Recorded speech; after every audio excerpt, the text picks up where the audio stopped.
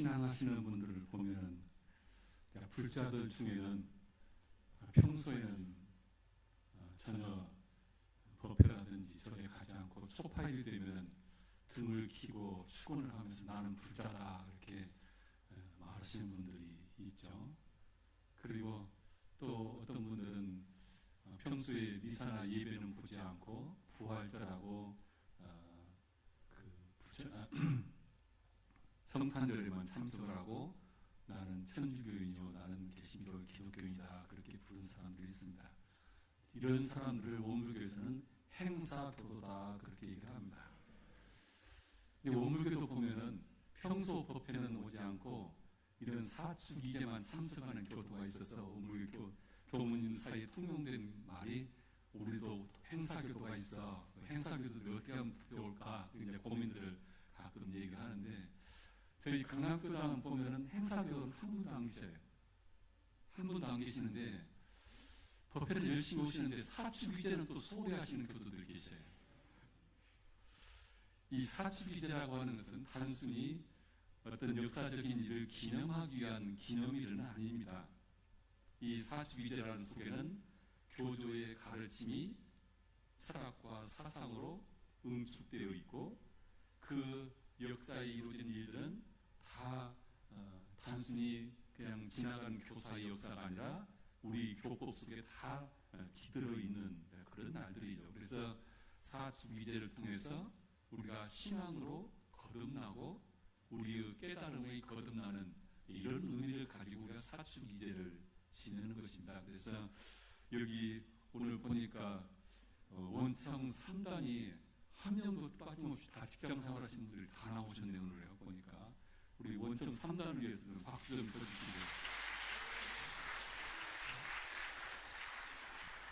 우리 단장님들이 좀 단원들을 사축이제의 의미를 충분히 좀 인지시켜서 사축이제도 소중하게 하셨으면 좋겠습니다.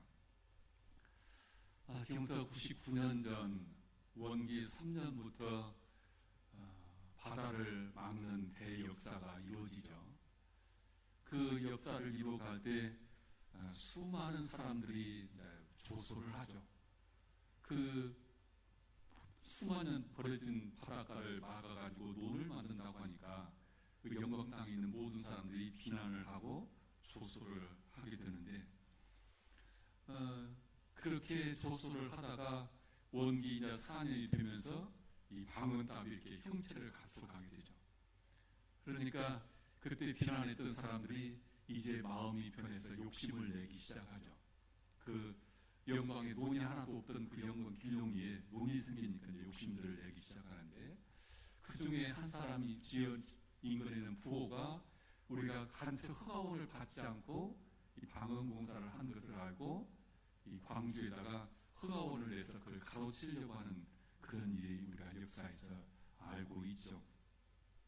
이렇게 이제 방언공사가 이루어지는 이 마지막 마무리 되어갈 때 전국적으로 들불처럼 3.1 만세운동이 일어나고 이 기운이 영광까지 내려오니까 방공사를 하던 제자들이 이 소식을 대종사님께 전하고 우리도 독립 만세운동에 동참하지 않느냐는 그런 청을 하게 됩니다.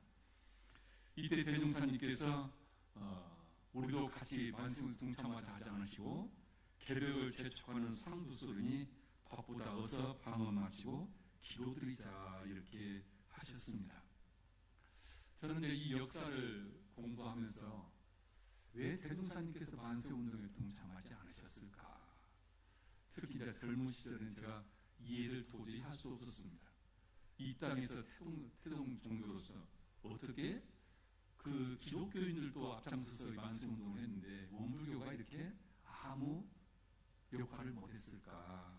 그런 부분에 대해서 이해를 할 수가 없었는데 대종사님의 경륜과 포부는 이 대한민국의 독립이 아니라 파란고의 일제생명을 제도하는 후천 개벽 시대를 열어가는 것이 대종사님의 꿈이었다고 봅니다.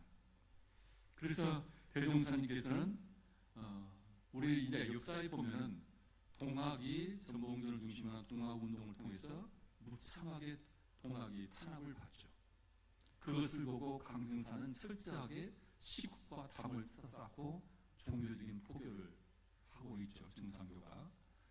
그리고 만세운동에 동참한 사람들을 보면 천도교하고 개신교하고 불교가 중심이 되어서 그 33인이 만세운동을 벌였습니다. 그런데 저는 그 33인 중에 이해를 할 수 없었던 분이 우리나라의 그 임진왜란을 비롯한 이 의병 활동이 유학자들을 유교를 중심으로 일어났는데 왜 33인의 유교가 동참하지 않았을까? 저는 그것이 참 의아스러웠었습니다.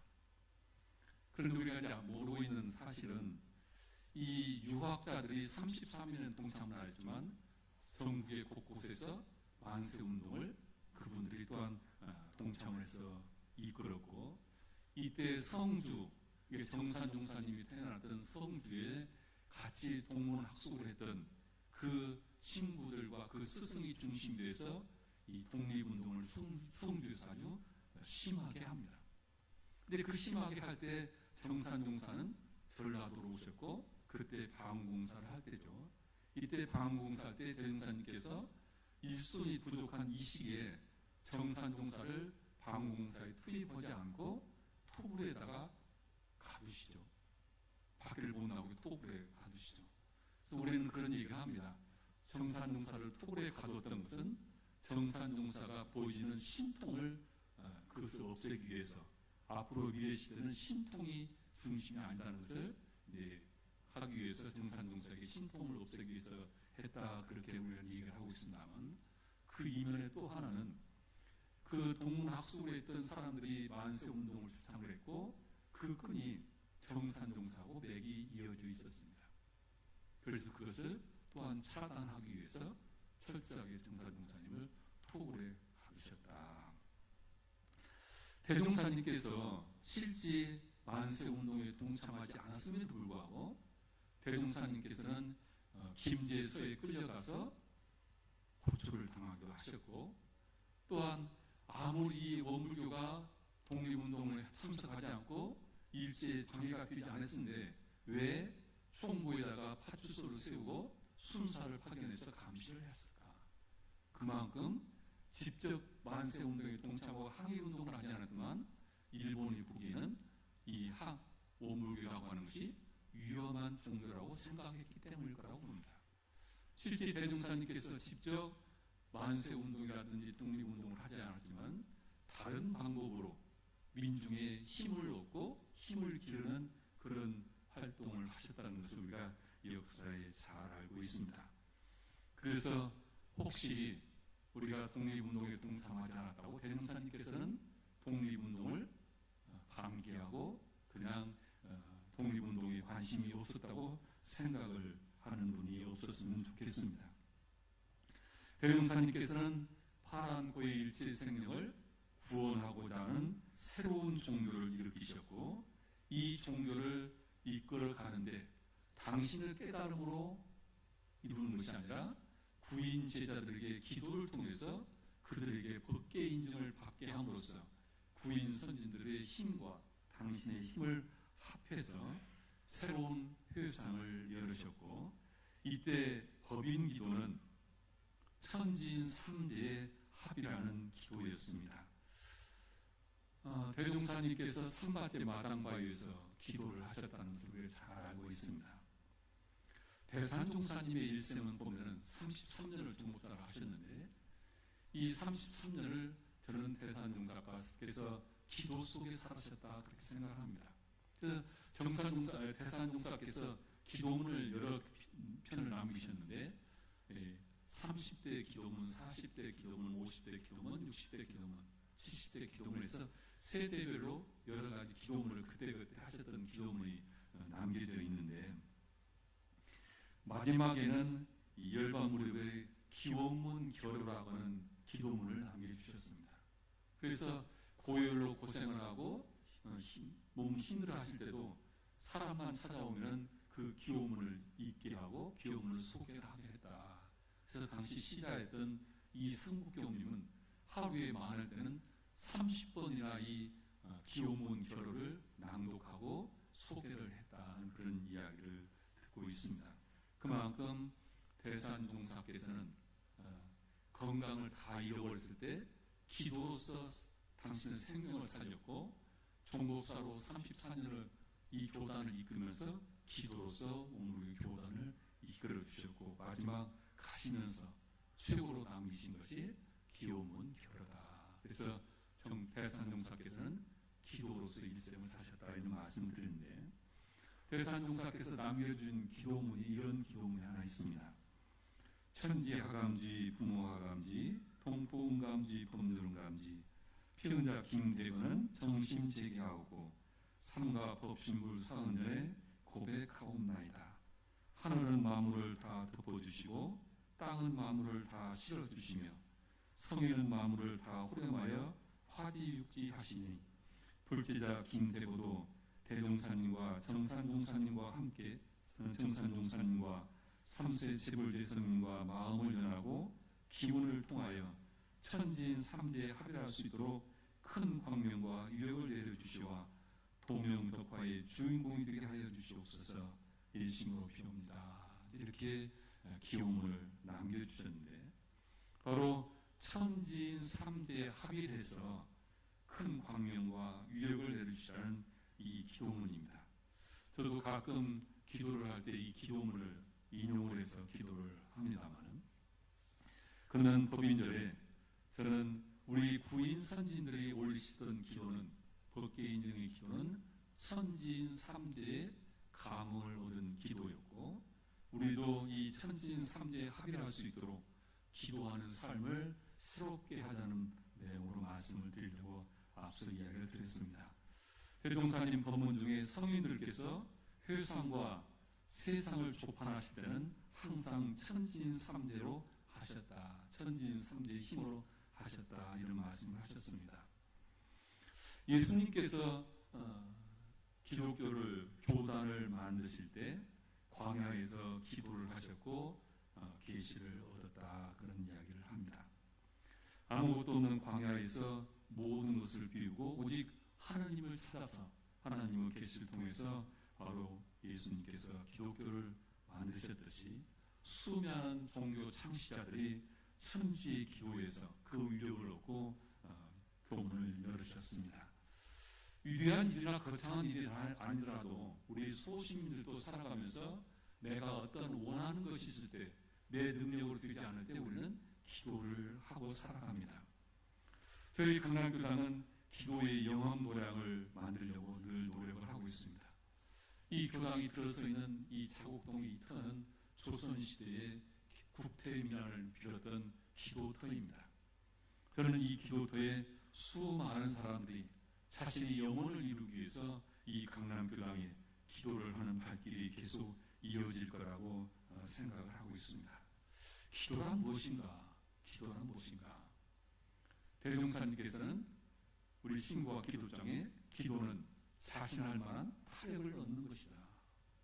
내가 원하는 것을 이룰 수 있는 힘을 얻게 하는 것이 기도다, 이런 말씀이죠. 자신할 만한 타협을 얻었다고 하는 것은 바로 천지인 삼재에 합일했다. 즉 내가 천과 지에 합일해서 내 뜻을 천지와 함께 이루었다, 이런 뜻이기도 하죠. 구인 선지들은 바로 이런 법계의 인정을 받으셨습니다. 그래서 이 법계의 인정의 기도는 천지인 삼재의 합의를 이룬 그런 기도입니다. 우리가 이제 원불교를 만난 것이 내 삶에 어떤 의미가 있을까, 먼저 생각들을 해보시는 기회가 있었으면 좋겠는데, 대종사님께서 그런 말씀을 하셨죠. 광대하고 원만한 종교 신자의 길을 열어주셨다, 이런 말씀을 교법의 청설에서 말씀하시는데, 원불교를 믿어서 폐가 망신한 가정들이 과연 있을까? 세상에는 종교 선택을 잘못해서 폐가 망신한 가정이 파산되고 폐가 망신한 곳이 굉장히 많고, 또는 사회적으로 큰 무리를 일으킨 곳이 종단도 많이 있습니다. 원불교를 믿어서 그런 사람은 없을 것이고, 원불교 중에서도 저는 강남교당에 신앙을 하고 같은 도반으로 모인 모든 분들은 특별한 선택을 받은 분들이라 저는 그런 생각을 합니다.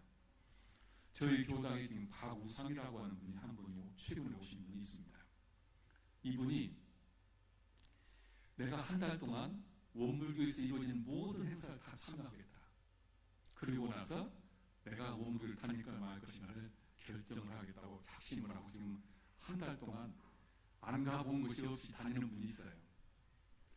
며칠 전에 영산에서 전국의 회장과 또는 단체장들이 모여서 또 뜻있는 사람들이 모여서 이 법인기도 내년이 이제 100주년이 올해 100년째잖아요. 그래서 특별 기도 정진 기도를 했어요. 이 지역 사람들 인원별로 나눠서 9봉에 가서 기도를 하는 모임을 가지고 이제 1박을 했는데 같이 숙소를 쓰는 분들이 이 우리 박우상님이 강남교당에서 왔다 보니까 다들 부러워하더래요. 근데 당신은 왜 강남교당 교도들을 부러워하는지를 모르겠더래요. 그래서 자기가 그렇게 얘기를 했대요. 내가 강남교당 간지 법회에 꼭 2번밖에 참석을 안 해서 나는 모르겠다. 왜 강남교당이 부러운지 이제 그런 얘기를 지난번에 와서 이제 소감을 얘기를 하던데요. 강남교당만큼 신앙과 수행으로 열정을 바치고 정진하는 그런 교도들도 많지 않고, 강남교당에서 희망과 해안이 열려서 인과의 눈이 떠서 내 존재를 더욱 가치 있게 하고 영생의 복전을 마련할 수 있는 이 강남교당의 주역이 된다는 것이 얼마나 자랑스러운 것인가를 이제 스스로 하실 거라고 보는데, 지금쯤은 이제 그 100년 전에 8시에 구간도시에 모여서 청수를 떠놓고 마지막 단체 기도를 하죠. 그리고 자기 몸에 품었던 단도를 다 올려놓고 사무위원회 그릇 밑에 자기 이름을 다 써놓고 마지막 기도를 하고 인주를 묻히지 않고 그냥 빈손으로 지장을 찍죠. 9분이 찍자 거기에서 기도를 끝나고 난 뒤에 핏빛으로 지장이 혈인이 나타났다. 아마 시간이 이쯤 되지 않을까. 이 시간쯤 지금 8시 35분이니까요. 이쯤 되지 않을까 생각이 들었는데, 구인 선진들의 기도는 자신의 아내를 위해서 기도한 것이 아니라 상생을 지도하겠다는 사무요한의 기도였죠. 그렇게 하고 이제 마지막 구인봉으로 올라가셨는데, 100일 동안 구인봉에 가서 기도를 하실 때 청수를 떠놓고 거기에 팔상기를 꼽아놓고 기도를 하셨는데, 이 기도 기문의 핵심은 창생을 제도하게 해달라는 기도였고, 이때 부르는 신앙의 대상 호칭은 천지신명이었습니다. 천지신명이시여, 이렇게 기도를 했어요. 이때는 아직은 법신골 사안이라고 하는 이 신앙의 대상이라는 호칭이 정해지기 전이었고, 사안이라는 호칭이 정해지기 전이었습니다. 이 천지신명은 원불교 고유의 신앙의 대상의 호칭이 아니었고, 우리 민족의 고유로 누구나 다 기도할 때 천지신명에게 청수를 떠놓고 기도를 하던 그 신앙의 대상이었고, 이 신앙의 대상에게 기도를 하셨습니다. 대종사님께서는 깨달음을 얻고 이 우주의 모든 절대적인 궁극적인 존재를 명칭을 천지신명이라 그렇게 호칭을 붙이셨습니다. 하늘과 땅의 신령스러운 기운이 가문케 하는 그 기도를 올리게 해서 법계의 인정을 받으셨는데, 하늘, 천이라고 하는 것은 우리가 음양으로 보면 양을이라고 합니다. 양이고, 또한 모든 존재의 근원인 인입니다. 인이고, 또한 모든 시간의 근원이 천입니다. 그래서 이 하늘에게는 만물에 발생하는 원천이도는 역동적 에너지의 원천이 바로 이 하늘입니다. 우리는 이 하늘의 역동적인 에너지를 갖다가 비와 바람과 태양 에너지 같은 이런 것들을 통해서 우리가 느끼고 있습니다. 동양인들에게는 하늘이라고 하는 것은 단순히 그 허공에 있는 천체적인 하늘이 아니라 모든 생성을 하고 조화를 일으키는 원천으로 우리는 생각을 했고, 대종사님께서 천지연에 보면 하늘의 공기와 1월의 밝음과 풍문으로 혜택이 있으므로 만물이 창양된다. 이렇게 천지은에서 말씀을 하셨듯이 하늘의 도는 만물의 본성을 형성하는 근본이 되고, 이 하늘은 모든 만물을 창양시키는 에너지의 원천이요, 여기에 모든 존재에 존재케 하는 정보가 있다. 이것을 기독교적인 말로 말하는 전지전능한 능력을, 알물 가지고 있는 것이 천이고 하늘이다. 그래서 하늘은 창조적 역동성을 가지고 있고, 이 모든 선천시대는 바로 이 하늘에 기도하고 하늘의 뜻을 세상에 펼치면서 하늘을 신앙의 대상으로 삼고 경외의 대상으로 삼았습니다. 땅이라고 하는 것은 음양에서 음을 상징하고 있고, 또한 땅이라고 하는 것은 하늘이 인이라면 땅은 연입니다.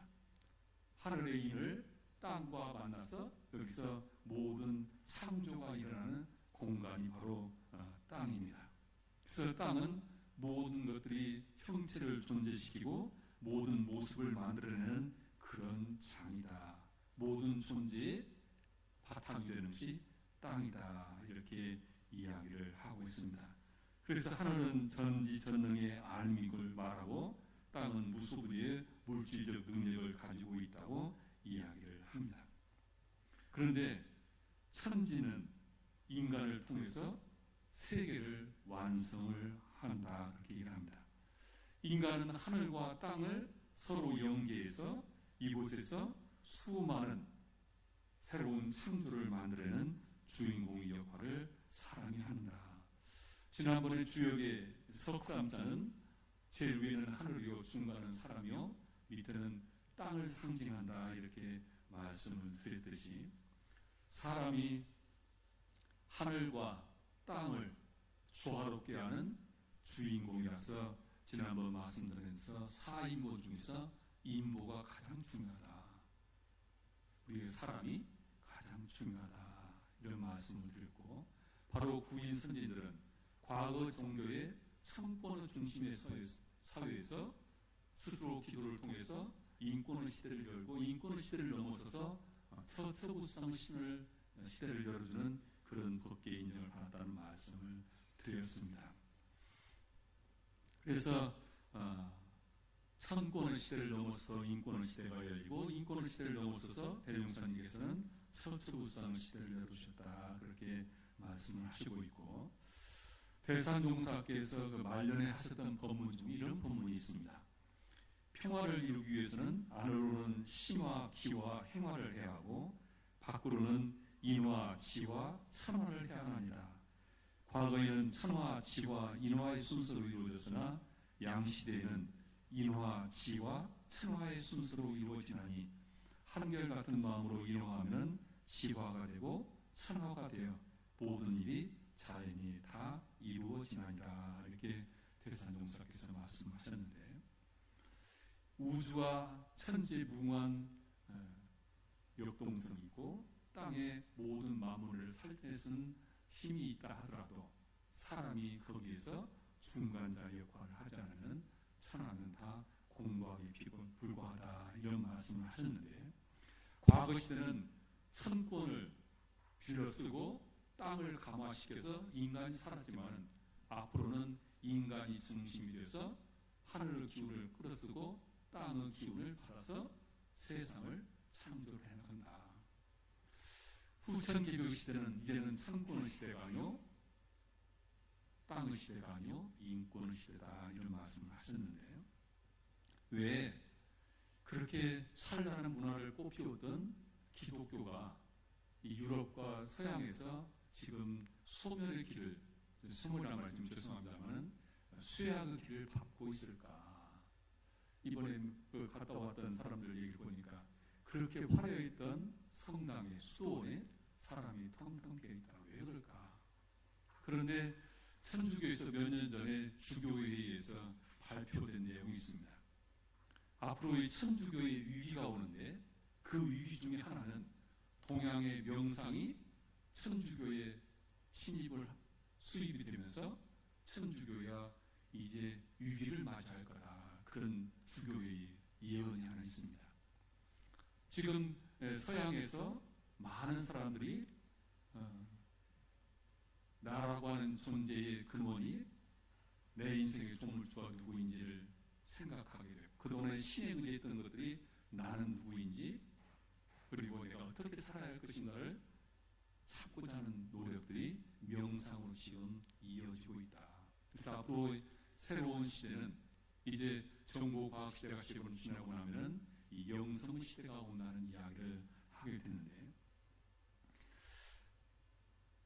이 땅과 하늘과 땅과 인간은 하나라고 하는 가르침을 우리는 오래부터 가지고 있습니다.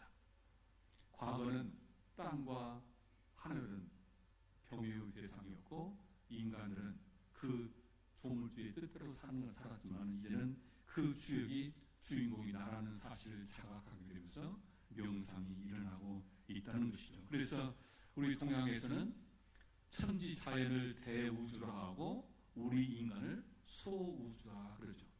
우리 인간에게 대우주의 모든 기운들이 다 갈마 있고, 우리가 지난주에 말씀드렸듯이 인정을 받는다는, 진리의 인정을 받는다고 하는 것은 선과 지혜, 그 기운을 받아서 인간이 그것을 운영하는 주인공이 된다는 것이고, 바로 소우주인 우리 인간들이 대우주 속에서 자신의 존재감을 키워내가는 주체적인 인간으로서 이야기를 하고 있습니다. 지난주에 우리 손주영이 들어가 있네요. 제가 손주영 이름을 하도 부르다 보니까 아빠 이름 제가 금방 잊어버려서 깜빡 잊었습니다. 손성구 씨인데, 그 경강시간에 영주 얘기를 했었잖아요. 이 영주를 가만히 글자를 보시면, 이 영주는 천지인 삼재의 합일하기를 염원하는 주문입니다. 정산용사께서 바로 지으신 주문이 영주인데, 우리가 기도할 때 늘 영주를 외우죠. 영주는 천지인 삼재의 합일해서 내 뜻이 하늘과 땅에 미쳐서 그것이 가마로 위력으로 나타나기를 염원하는 것이 영주입니다. 그래서 우리가 원불교는 천지인 삼재의 합이라는 늘 기도를 하고 있고, 염원이 있는 사람들은 내가 어떻게 하느냐에 따라서 천지 기운을 받을 수도 있고 못 받을 수도 있는 것이다. 그 주인공은 나에게 있는 것이지 하늘에 있지 않다는 것이죠. 그래서 우리가 늘 영주를 외우면서 늘 기도하는 삶이 되기를 염원을 하고, 대산종사께서 말년에 글을 지으시기를, 이 산하대지에 천화가 반군곤하니 하늘꽃이 가득하니 평안은 오리 따라서 이 회상에 천불만성이 발하고 억조 찬생의 복문이 열려서 무등등한 대각도인과 무상행의 대봉공인이 많이 나오리니 다같이 대적공 하리로다. 이것이 이제 대산종사의 마지막 유촉의 말씀입니다. 앞으로 이 시대는 내가 내 인생에 있어서 내가 어떻게 하느냐에 따라서 내 삶이 열리기도 하고 닫히기도 하는 것이다. 우리가 마음 공부를 하고 신앙하고 수행하는 가장 기본은 나입니다. 우주 만유의 본원인 나를, 우주 천지의 주인공인 나는 어떻게 가꾸느냐에 따라서 천지기운을 받을 수 있고 못 받을 수 있는 것이다. 이제 천화와 지화는 인화를 통해서 이루어진다, 이런 말씀이죠. 그래서 이 천지인 삼일의 천지인 삼재 합이라는 사상은 천부경이라고 하는 경에 나오는 중심 사상입니다. 천부경은 한국 전통으로 내려오는 비서인데, 이것을 단군 조선의 맥을 이어가고 있습니다. 그래서 이 천지인 삼재 합이라는 사상은 대종사님께서 내놓으신 독창적인 사상은 아니라 전통적으로 이 한국 땅에서 계속 이어왔던 사상이고, 이 대종사님께서 이 나라를 도덕의 부모교, 정신의 지도교라고 예언을 하셨던 것은 이런 사상이 밑바탕이 되어 있고 이 세상을 꽃피워가는 이게 일원대도의 새로운 교법이 후천개벽의 새로운 종교를 열고 있다는 그런 말씀이라고 생각이 들어갑니다. 법인절을 맞아서 우리 모든 도반들이 이 영주의 노래를 많이 좀 부르셨으면 좋겠습니다. 수시로 입에서 노래 트로트 짬뽕만 부르지 마시고 그 노래 부르시듯이 늘 영주의 노래를 부르셔서 영주 기운이 우리 각자의 삶에 신령스럽게 응해서 우리가 살아가면서 자신할 만한 타협을 얻어가는 그런 삶이 될 수 있도록 이 법인절에 천지인 삼재의 합이라는 그런 새로운 마음들이 함께 하셨으면 좋겠습니다.